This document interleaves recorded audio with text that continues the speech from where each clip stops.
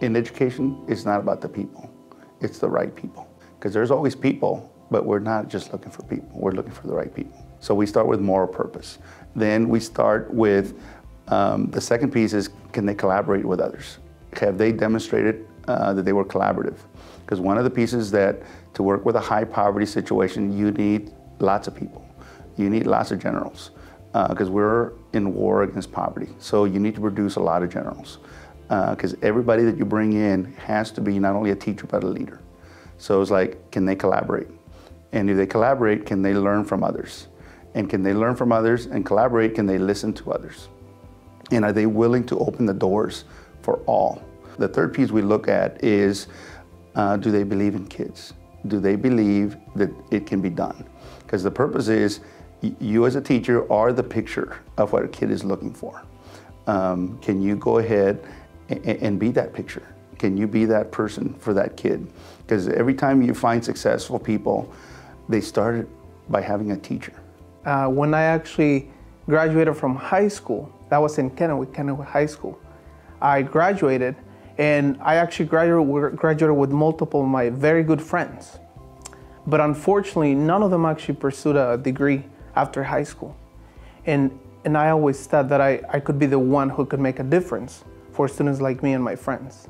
We are all here for the students. And because of those students is what makes it tough, because we have a larger job to do than maybe in some other high schools. But that's exactly why they need us here, and that's exactly why we stay. For us, we are looking for individuals who share common experiences with our students. And by that, I mean teachers that have experienced poverty, for example, teachers that have experienced migration, that come from other places, teachers that have experienced agricultural life, teachers that have experienced hardship. That is important for us as a system, because we know that this is a difficult job as it is. It takes a special kind of person to understand and to deal with some of the baggage that our students come to us with. So if you do not select the right person, chances are that you're going to get turnover. I wanted to come back to the area. I'm originally from Kennewick, Washington, so I knew that I wanted to come back to a place where I was familiar with things, back home, and I wanted to do my student teaching in a place that I knew something of the clientele that I would be serving, that I felt that I could meet a need, or where I knew that I had a place to learn and grow, in addition to helping my students learn and grow. And so Pasco, to me, was that.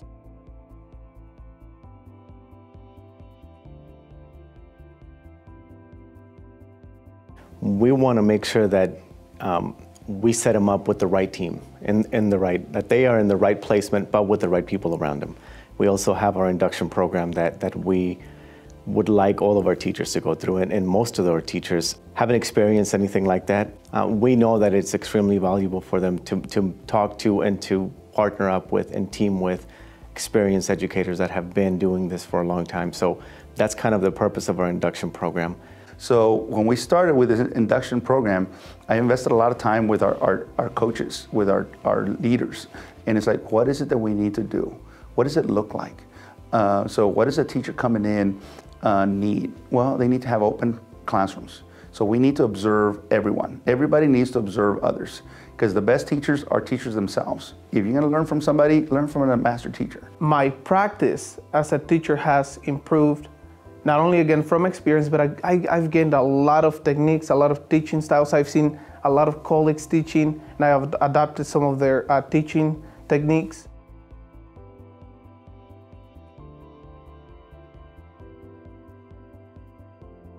And we allow them to be who they are. We allow them to come in and give us, or give their students, give their content area a piece of who they are.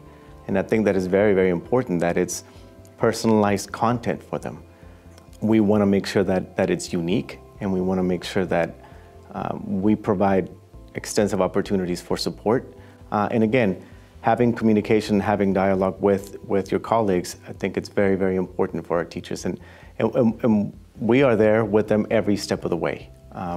We want to make sure that whether it's our instructional coaches, our administrative team, our department chairs, that they are always available for our teachers to, if they have a question, we're there to answer.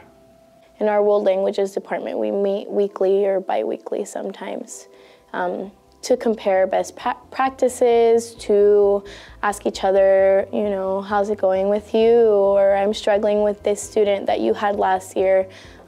He's struggling in this content area. So we really bounce ideas off of each other, and we work on our units together to make sure that we're as uniform as possible so that every kid is getting the same opportunity no matter which teacher he takes the class with, he or she.